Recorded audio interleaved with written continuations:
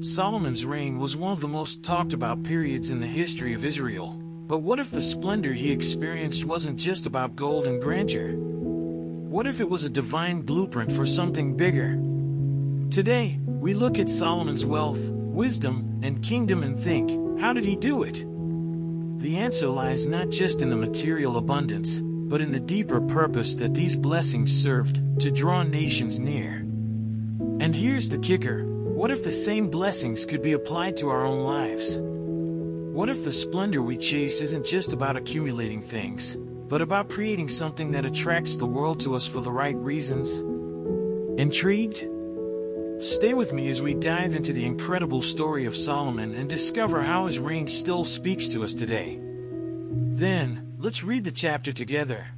When the Queen of Sheba heard about the fame of Solomon and his relationship to the Lord, she came to test Solomon with hard questions. Arriving at Jerusalem with a very great caravan, with camels carrying spices, large quantities of gold, and precious stones, she came to Solomon and talked with him about all that she had on her mind.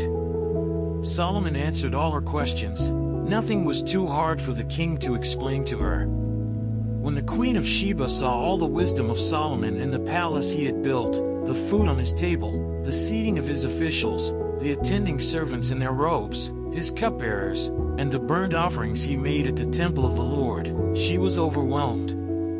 She said to the king, "The report I heard in my own country about your achievements and your wisdom is true. But I did not believe these things until I came and saw with my own eyes. Indeed, not even half was told me. In wisdom and wealth you have far exceeded the report I heard. How happy your people must be! How happy your officials, who continually stand before you and hear your wisdom! Praise be to the Lord your God, who has delighted in you and placed you on the throne of Israel. Because of the Lord's eternal love for Israel, he has made you king to maintain justice and righteousness."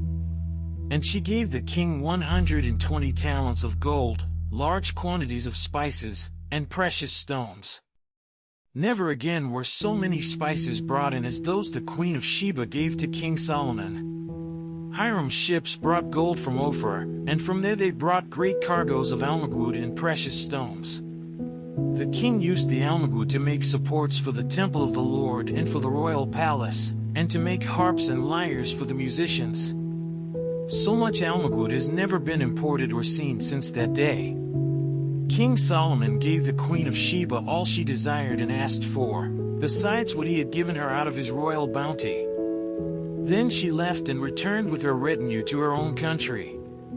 The weight of the gold that Solomon received yearly was 666 talents, not including the revenues from merchants and traders and from all the Arabian kings and the governors of the territories. King Solomon made 200 large shields of hammered gold. 600 shekels of gold went into each shield. He also made 300 small shields of hammered gold, with 3 minas of gold in each shield.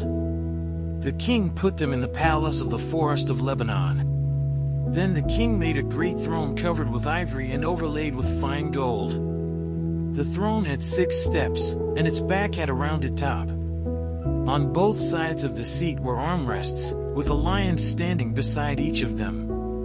12 lions stood on the 6 steps, one at either end of each step. Nothing like it had ever been made for any other kingdom.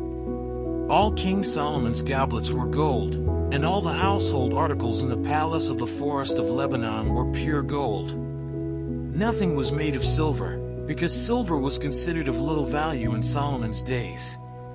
The king had a fleet of trading ships at sea along with the ships of Hiram.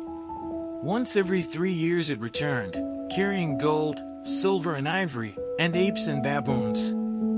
King Solomon was greater in riches and wisdom than all the other kings of the earth. The whole world sought audience with Solomon to hear the wisdom God had put in his heart. Year after year, everyone who came brought a gift, articles of silver and gold, robes, weapons and spices, and horses and mules. Solomon accumulated chariots and horses. He had 1,400 chariots and 12,000 horses, which he kept in the chariot cities and also with him in Jerusalem. The king made silver as common in Jerusalem as stones, and cedar as plentiful as sycamore fig trees in the foothills. Solomon's horses were imported from Egypt and from Q. The royal merchants purchased them from Q at the current price. They imported a chariot from Egypt for 600 shekels of silver, and a horse for 150. They also exported them to all the kings of the Hittites and of the Arameans. Let's say a quick prayer to thank the Lord for His mercy. Hey God, thank you so much for the wisdom and knowledge we've gained today.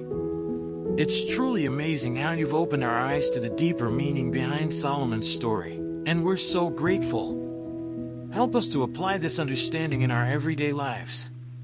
Give us the strength and wisdom to use the blessings you've given us in a way that honors you and blesses those around us. May we live lives that attract others to your love, not just through what we have, but through who we are. We trust you to guide us each day.